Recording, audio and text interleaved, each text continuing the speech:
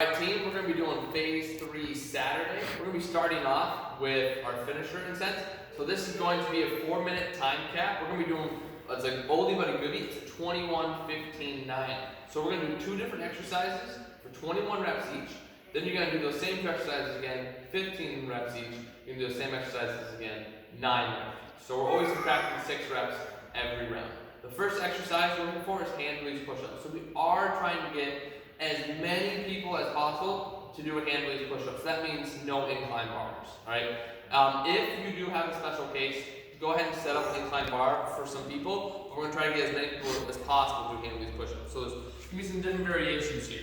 First one is full. So that means on our toes, dug in, glutes tight, hands come off the floor, pressing in, and I'm always lifting my hands at the bottom. Notice that hand placement, okay? It's right there with those thumbs, digging into those armpits, elbows at the 45, and then I press through hard, pressing through the ground, and when I'm squeezing those glutes, it keeps that body nice and straight.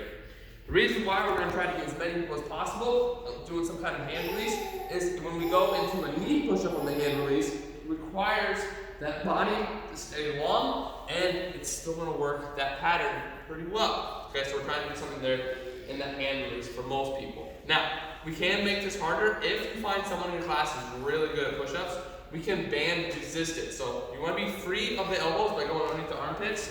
You go on the ground, same thing.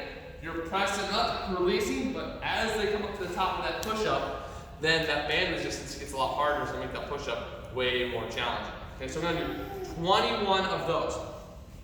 Then we're going to go into butterfly sit-ups.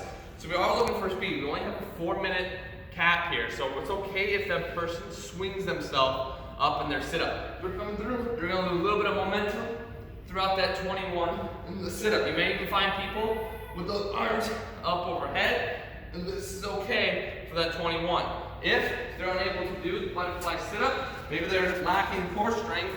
Remember, we're trying to get away from hands to knee crunches as much as possible. Have them dig their toes in and then move for that 21. Remember, hands and knee crunch is always the final substitute, but only go there if you have someone who can't even do this modification for 21 times. Okay? Then you go back to 15, then 15, 15, then 9, 9, and then they're done. If they're done, they've earned a little bit of rest inside that 4 minutes.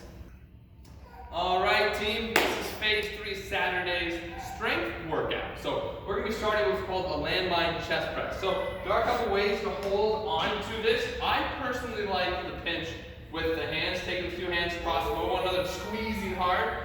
What you're going to do there is as you're pinching hard and pressing away, you can get those chest muscles to activate a little more. You might have some people, now this happened to me once, is the hands get slippery and it actually fell on me. So I had to go to a staggered position with my hands, then I'm just squeezing the bar as I press up. Not quite the same chest grip, but when they have sweaty palms, maybe what they need to go to when it comes to that landmine chest press. Right? So really focus on pinching and pressing throughout the course of that 30 seconds, and they're going to activate that chest. There's no real modification there for the landmine chest press.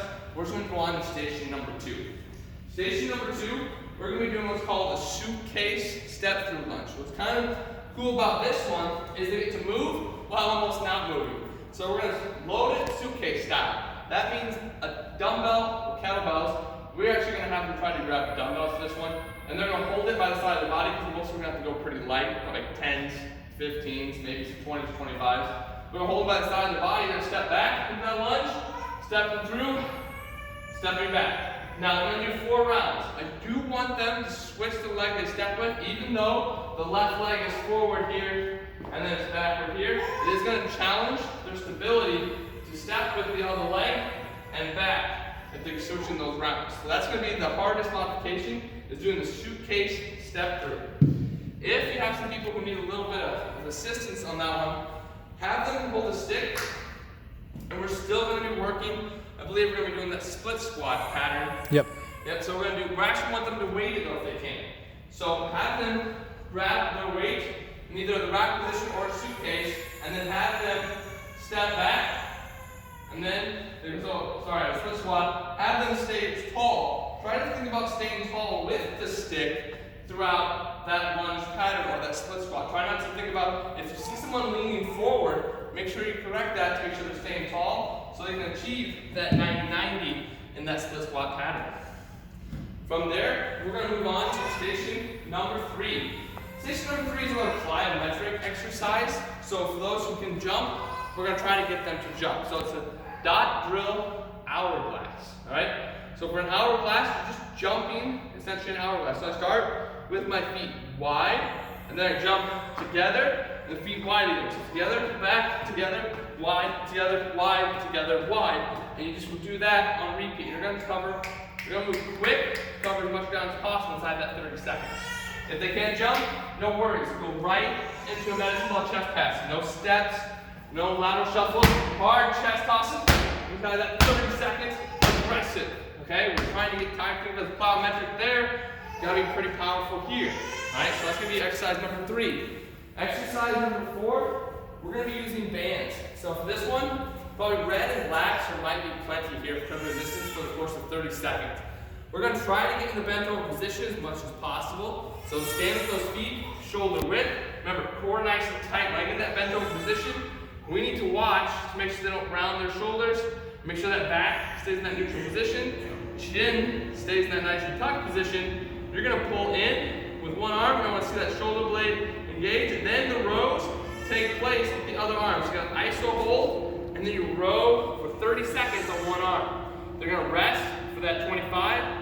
Then they'll ISO hold the arm they just got done rowing, and then they're going to row the other arm. May have some individuals who don't quite have the core strength to hold that position. They can just do this seated now.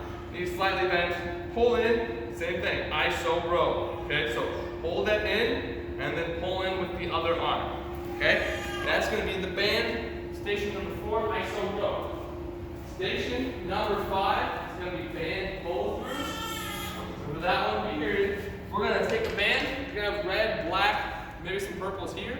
We're looking to step out. You want to start this movement pattern from tension. So if they have any slack in this band, make sure they take a step out so they start with some tension.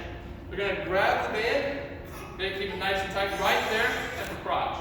I got to think about getting nice and tall so the glutes are on. Pretend like you're at the top of that kettlebell swing or that RDL. Then you're going to keep those knees soft. You're going to drive the hips back. Let the band be your guide. Right? Just think about hips move with the bands. Then snap those hips through. And with those band pull throughs, we can actually get a pretty good pattern or a pretty good speed here. We're just going back and forth, snapping out the band pull throughs. We're going to get a lot of blood flow then to the glutes, the hamstrings, and even the lower back. You guys are doing that pattern. No real modification to a band pull through. It's pretty safe as we use the band to kind of help guide your hips back and forth.